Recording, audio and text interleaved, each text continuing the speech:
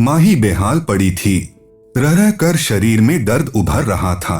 पूरे शरीर पर मारपीट के निशान पड़ चुके थे। माही का पति निहाल सिंह शराब पीने के बाद बिल्कुल जानवर बन जाता था। फिर तो उसे यह भी ध्यान नहीं रहता था कि उसके बच्चे अब बड़े हो चुके हैं। जब कभी उसकी बेटी रूबी माँ को बचाने आती तो वह भी पिट जाती। 2 दिन पहले जब निहाल सिंह शराब पीकर घर में गालियां देने लगा तो माही ने उसे समझाया, बस करो, अब खाना खा लो, सुबह काम पर भी जाना है। निहाल सिंह चीखते हुए बोला, अब तुम रोकोगी मुझे? अभी बताता हूँ तुझे। फिर तो उसका हाथ न थमा। आखिर रूबी दोनों के बीच में आ गई और उसका हाथ पकड़कर झटकते हुए बोली, पापा अब बस कीजिए, गलती तो आपकी है, मम्मी को क्यों मार रहे हो? इसके बाद रूबी ने माँ को उठाया और दूसरे कमरे में ले गई। उसके जख्मों पर दवा लगाई और बोली, मम्मी बहुत हो गया, अब पापा नहीं सुधरेंगे। दर्द सहती माही बोली, हाँ रूबी, मैं भी अब थक चुकी हूँ, मुझे समझ में आ चुका है, अब मैं इन्हें कभी माफ नहीं करूंगी।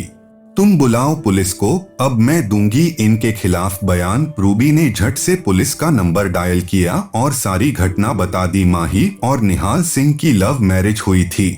घर वालों के खिलाफ जाकर माही ने निहाल सिंह का हाथ थामा था। दोनों भारत से यूरोप आकर बस गए थे।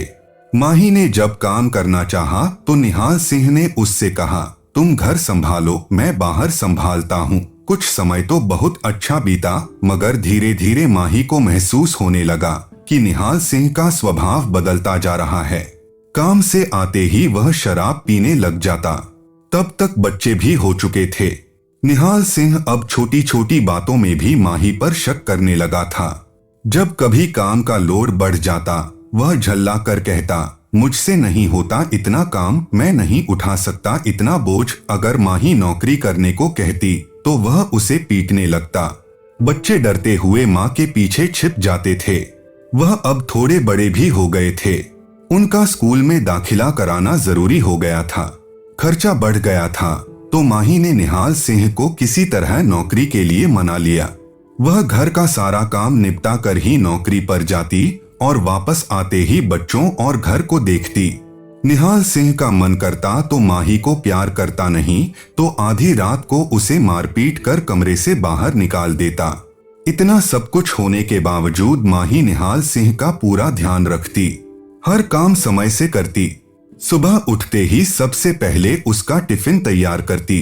किसी तरह उसने निहाल सिंह को मनाकर बच्चों को साथ वाले बड़े शहरों में पढ़ने के लिए भेज दिया था, ताकि वे दोनों पढ़ लिख कर अच्छी नौकरियों पर लग सकें। 1 से 2 बार ऐसे ही किसी बात पर गुस्सा होकर निहाल सिंह ने माही को आधी रात में घर से बाहर निकाल दिया था। माही की मौसी का बेटा इसी शहर में रहता था। वह उसे फोन करती और वह उसे लेकर अपने घर चला जाता। फिर उसने माही को समझाया कि ऐसे तो यह कभी नहीं सुधरेगा, तुम कब तक इसकी मारपीट बर्दाश्त करोगी।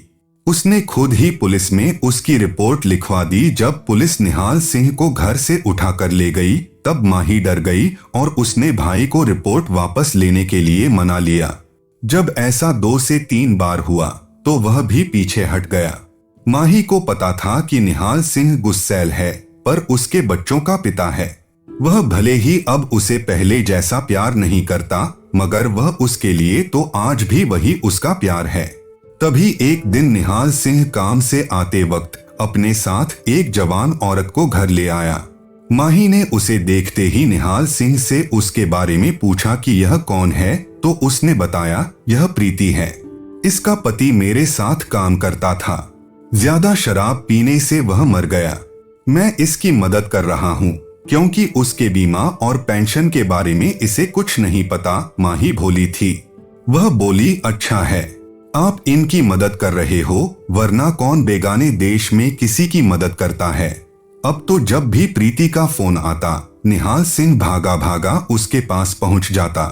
एक दिन माही काम से जल्दी लौट आई तो घर का दरवाजा खोलते ही बेडरूम से किसी के हंसने की आवाज आई। अंदर अंधेरा था। बिजली का स्विच ऑन करते ही माही की आंखें खुली रह गईं।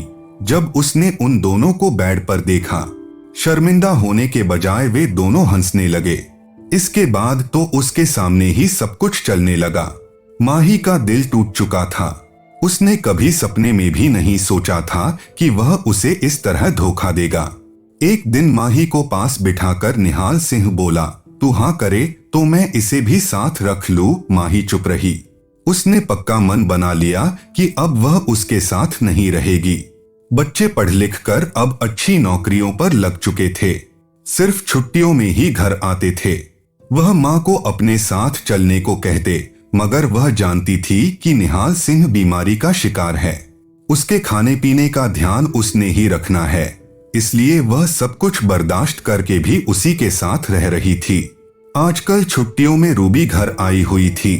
कल की हुई मारपीट के बाद माही ने रूबी को निहाल सिंह और प्रीति के संबंधों के बारे में भी बता दिया। रूबी को अपने पिता पर बहुत गुस्सा आ रहा था। उसने अपने पिता के खिलाफ रिपोर्ट लिखवा दी थी। थोड़ी ही देर में पुलिस आ गई। रूबी और माही ने बयान दे दिया। माही की चोटें उसके साथ हुए जुल्म की साफ गवाही दे रही थी। माही ने यह भी बताया कि जब वह पेट से थी तो निहाल सिंह ने उसे बहुत बार पीटा था। रिपोर्ट को मजबूत बनाने के लिए पुलिस ने माही की चोटों के फोटो भी खींचकर साथ लगा दिए। पुलिस निहाल सिंह को साथ ले गई। वहां 2 दिन उसे हिरासत में रखा। फिर उसको चेतावनी देकर छोड़ दिया गया कि वह माही के आसपास भी नहीं फटकेगा। अगर उसने माही को तंग किया तो उस पर कार्यवाही की जाएगी और 2 साल की जेल भी हो सकती है। उसे एक अलग घर में रहने के लिए कहा गया। निहाल सिंह फोन करके बार बार माही से माफी मांगने लगा। उसे पता था माही का दिल पिघल जाता है। वह उसे अब भी प्यार करती है। मगर रूबी ने माँ को साफ साफ कह दिया, मम्मी इस बार अगर तुमने पापा को माफ किया तो मैं कभी आपसे बात नहीं करूंगी। माही ने निहाल सिंह का फोन उठाना भी बंद कर दिया। रूबी पिता को फोन पर धमकी देते हुए बोली, आज के बाद अगर आपने मम्मी को फोन किया तो पुलिस आपको 2 साल के लिए जेल में डाल देगी।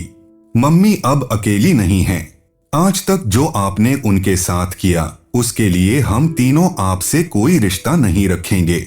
आज तक जो बेइज्जती मम्मी की हुई है उसकी सजा तो आपको भुगतनी पड़ेगी।